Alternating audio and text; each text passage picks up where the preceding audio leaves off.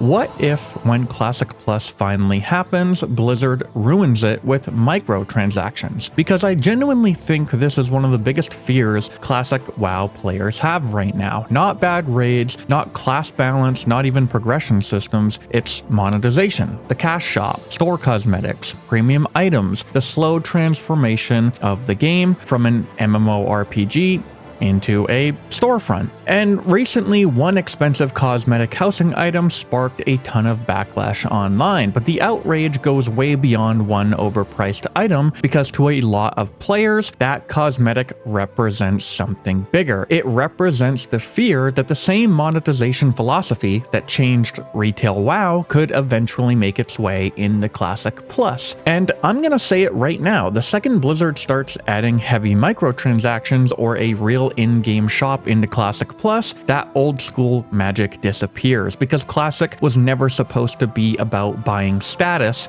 it was supposed to be about earning it. Now, before we get into the video, I want to give a quick shout out to Rested XP. Whether you play retail, classic WoW, or even hardcore, Rested XP is one of the best leveling guides available. It provides a step-by-step route from level 1 all the way to max level, helping you level faster and more efficiently. If you're interested, you can use my link down in the description and get 10% off any guide you purchase. With that said, let's get back to the video. So the reason this $75 housing item sparked so much backlash is because players have seen this pattern before, and immediately you have two sides that formed. One saying, who cares, it's optional, and the other side saying, this is exactly what's wrong with modern gaming. Personally, I think people defending this are completely missing the bigger picture, because this isn't just about one item, it's about normalization. Companies slowly push the line further and further over time. A $15 mount becomes a $25 bundle,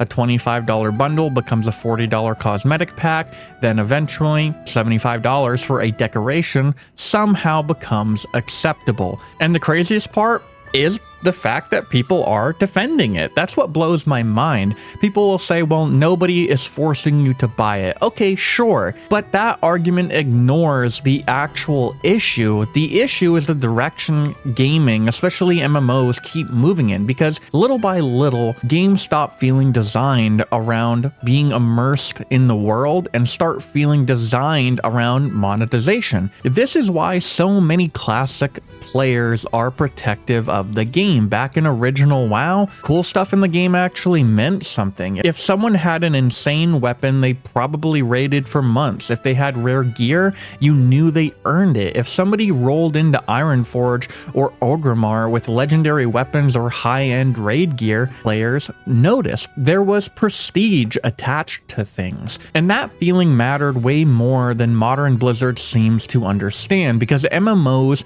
are about immersion. The world needs to feel believable. The reward needs to feel connected to the gameplay. That's what made Azeroth feel alive. Now compare that to retail. Half the cool cosmetics come from the store. There are mounts everywhere that don't even feel like Warcraft anymore. And instead of asking where did they get that, players ask how much does that cost? That right there completely changes the feeling of the game.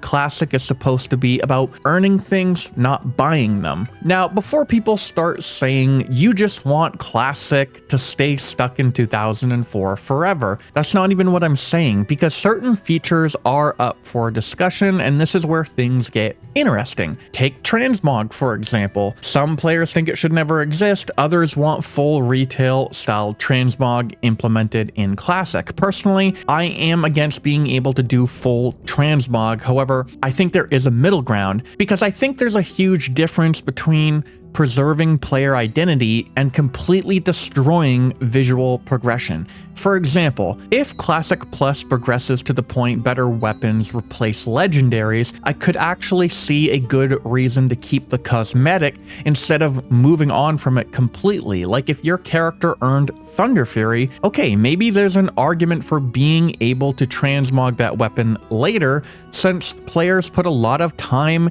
and effort into getting it. Same thing goes for other other iconic legendary weapons. However, if Blizzard does allow certain transmog features, then it needs to be tied to your specific character, since I definitely don't think a level 10 alt should be running around in low-level gear looking like they have Thunder Fury equipped, because in Classic, every character is supposed to earn its own journey. That's part of what makes the game feel rewarding. Your gear progression matters, your leveling journey matters, your reputation on the character matters. It's the same reason things like Flight Pass have to be unlocked on every character. You earn your way through the world. That's the RPG aspect of WoW that people fell in love with. So if a fresh level 10 can instantly look like they cleared Naxxramas or earned legendary gear, well, that completely breaks immersion and visual progress. Because when you see a geared character in Classic, you're supposed to know, okay, that player put time into that character, not, oh, that's just transmog.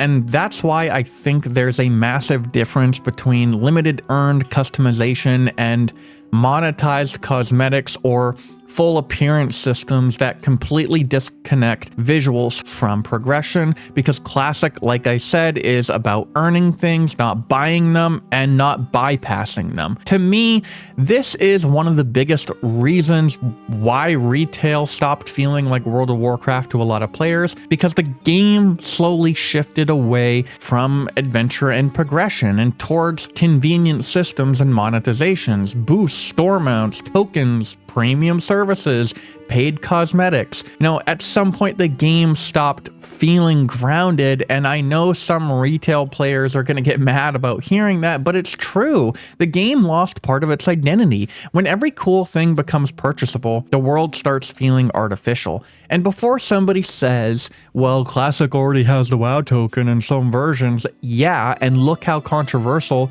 that alone has become. Now imagine Classic Plus launching, the most anticipated version of WoW Blizzard has made in years, and then they start stuffing it with store cosmetics, premium housing items, bundles, and limited time FOMO garbage. It would kill the vibe completely, because Classic players do not want Azeroth turning into a digital shopping mall. And overall, I genuinely think this is one of the biggest decisions Blizzard will have to make when it comes to Classic Plus, because if there's one thing they need to understand, Classic players do not want monetization. Deep down, I think Blizzard knows that. That's why people are so protective over this topic. The second an in-game shop gets added, trust gets shattered instantly, because then every future reward becomes questionable. Every cool mount, every transmog, every housing decoration, players immediately start wondering, why isn't this just obtainable in game? That's the problem. The store starts competing with the actual game itself,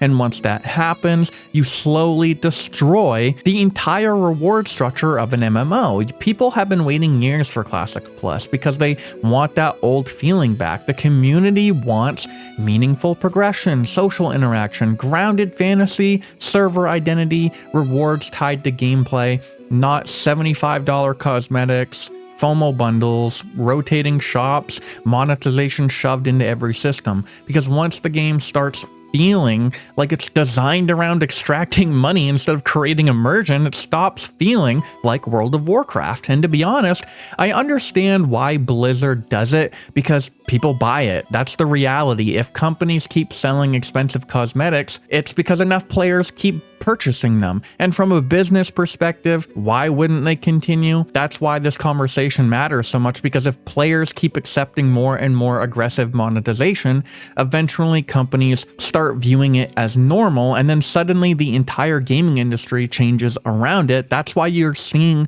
so many people react strongly to things like a $75 housing item. It's not just outrage over one decoration, it's frustration over the direction gaming has been moving in for years. So let me ask you this: should Classic Plus completely avoid microtransactions and an in-game shop altogether?